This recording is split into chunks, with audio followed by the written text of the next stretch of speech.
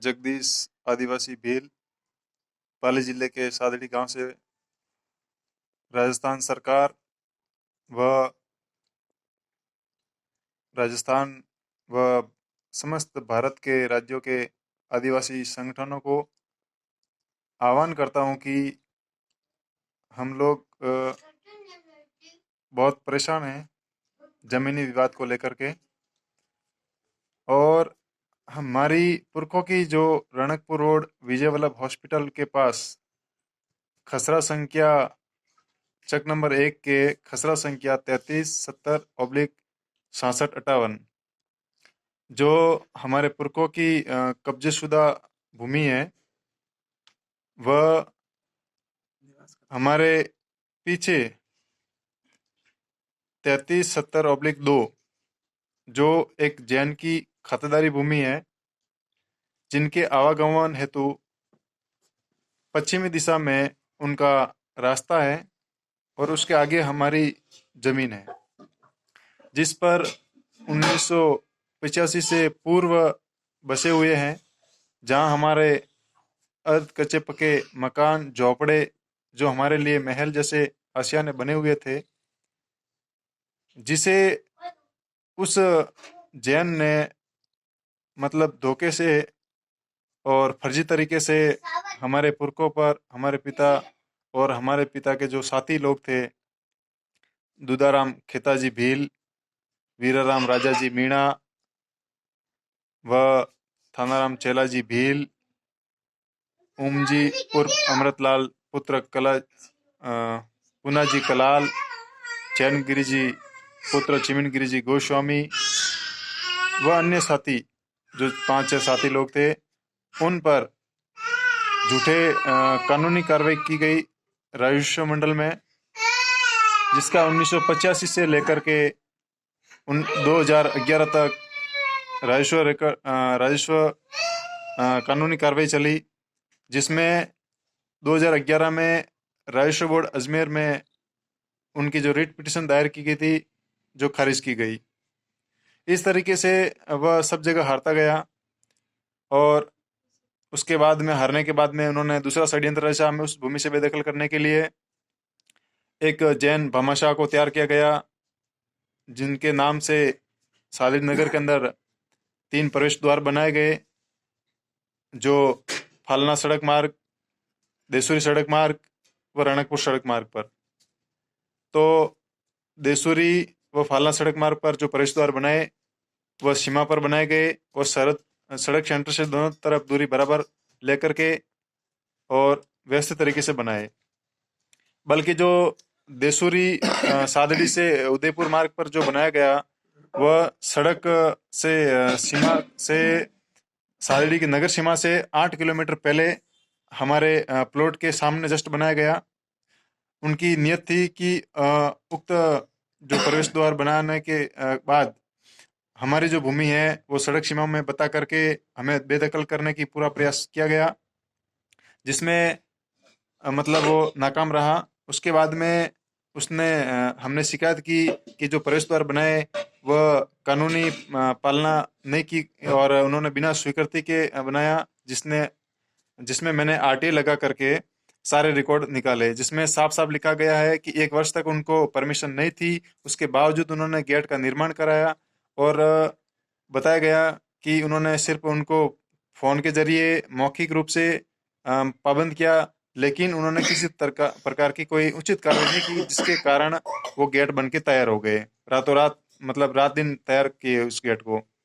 मेरी काफ़ी शिकायतों के बाद किसी भी प्रशासन ने उचित कार्रवाई नहीं की, तो ये गेट बन के तैयार हुए। जैसे ही गेट बन के तैयार हो गए, उसके बाद में उद्घाटन करने का उन्होंने प्रस्ताव पास किया।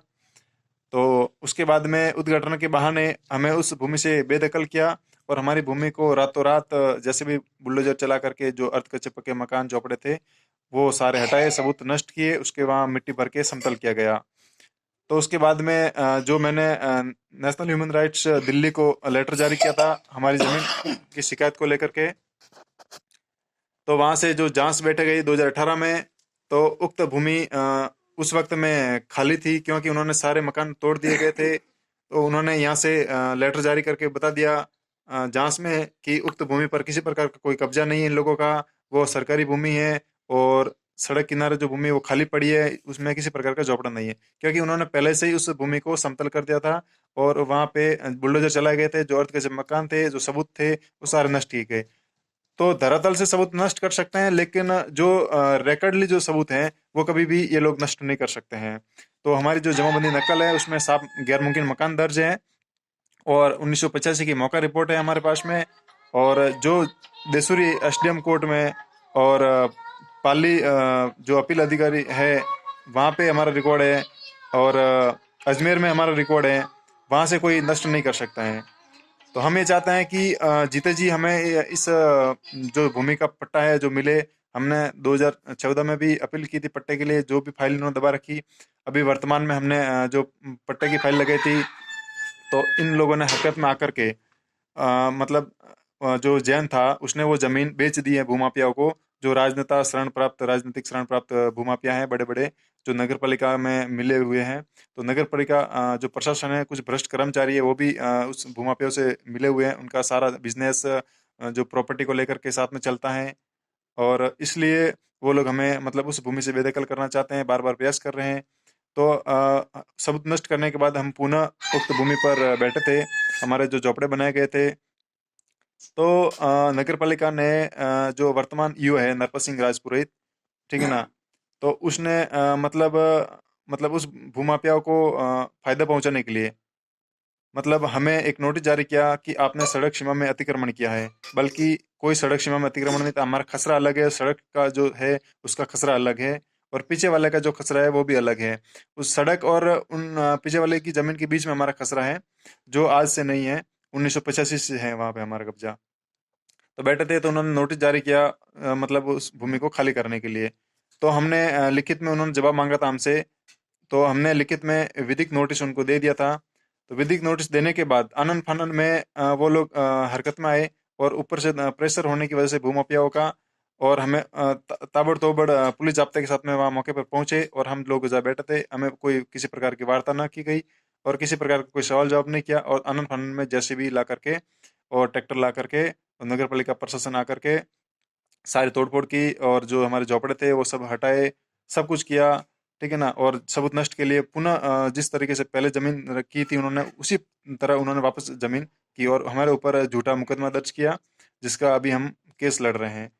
और समाज से भी आग्रह करते हैं, सरकार से भी आग्रह करते हैं कि इस तरीके से ये जो हरकतें हो रही है प्रदेश प्रदेश में, तो ये बहुत ही निंदनीय है। और इस तरीके से अनुसूचित जाति, जनजाति, आदिवासी, बहुजन समाज के साथ में हो रहा है हर जगह पे। और सादड़ी नगर पालिका क्षेत्र में भी ऐसी बहुत सारी घटनाएं हो चुकी जो हमारे पास में काफ़ी है।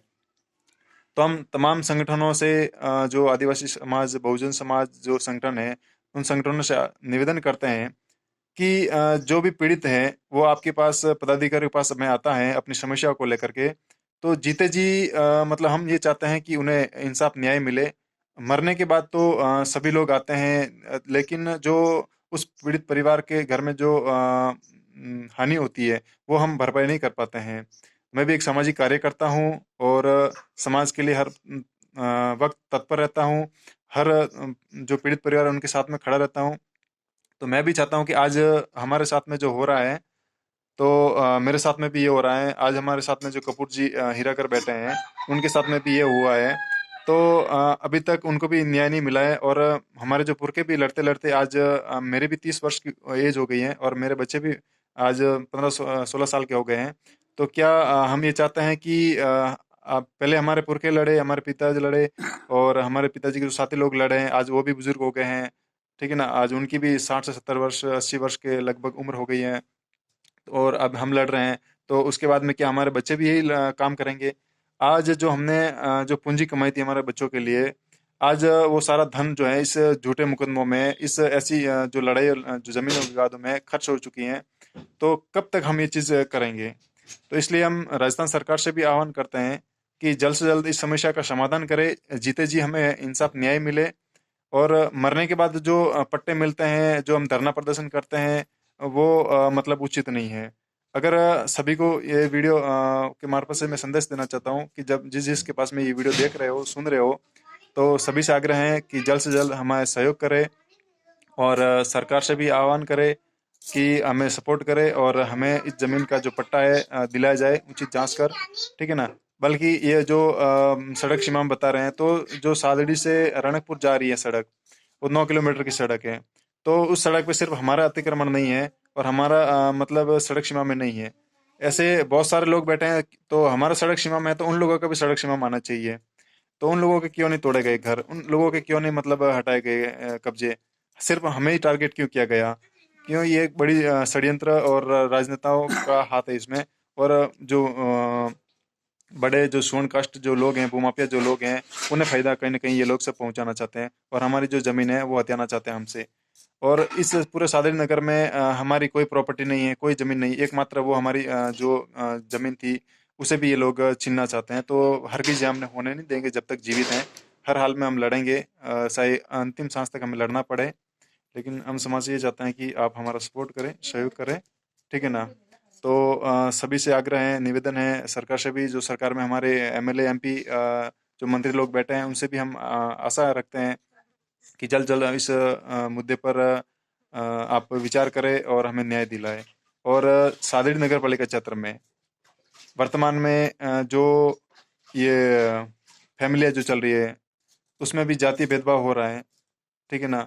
जो उचित ओबीसी वर्ग के हैं, स्वर्ण वर्ग के हैं, या कोई भी दूसरे एससी एसटी को छोड़ के जो है, तो उन लोगों को मतलब अच्छी जगह पे नियुक्त किया जा रहा है, अच्छी जगह पे उनको काम दिया जा रहा है साफ सफाई का। लेकिन जो एससी एसटी के जो है महिला हैं और जो लोग हैं, उनको ऐसी जगह जहाँ बिल्कुल गंदी है, जहाँ मतलब जैसे भी से सफाई करनी चाहिए वहाँ पे वो ना करके उनको हाथ से सफाई करवाई जा रही है और उसमें भी घुसखोरियाँ हो रही है। साथ ही जो एससी आयोग की जो जमीन है शादड़ी के अंदर, सेक्शन के 1 के अंदर, वो एससी आयोग की जो जमीन है वो भी भूमाफियाओं ने नगर पालिका के साथ मिल करके खरीद करके प्लॉटिंग कर दी है। वह फलना रोड पर ग्रीन बेल्ट के अंदर जो केंद्रीय बस स्टॉप के लिए रिजर्व रखी है जमीन, वहां पर भी दुकानें बना दी है, जिसके कल तोड़ने के भी कलेक्टर ने आदेश कर चुके हैं, पटवारी ने भी रिपोर्ट लिखी है। लेकिन राजनीतिक शरण प्राप्त जो लोग हैं उनके ऊपर हाथ है, उनकी प्रॉपर्टी है, जब तक उनको तोड़ नहीं रहे हैं। तो ऐसा क्यों? सिर्फ एस सी एस टी के लोगों के साथ में भेदभाव क्यों? इसलिए मैं समस्त एस सी एस टी आदिवासी बहुजन समाज से आह्वान करता हूँ कि जल्द से जल्द सब एक हो जाए और जीते जी अगर कोई पीड़ित है उनको न्याय दिलाने की कोशिश करे पूरी पूरी। सरकार से आशा करता हूँ कि आप जल्द इस मामले को आप उठाए और हमें न्याय इंसाफ दिलाए। जय हिंद, जय भारत।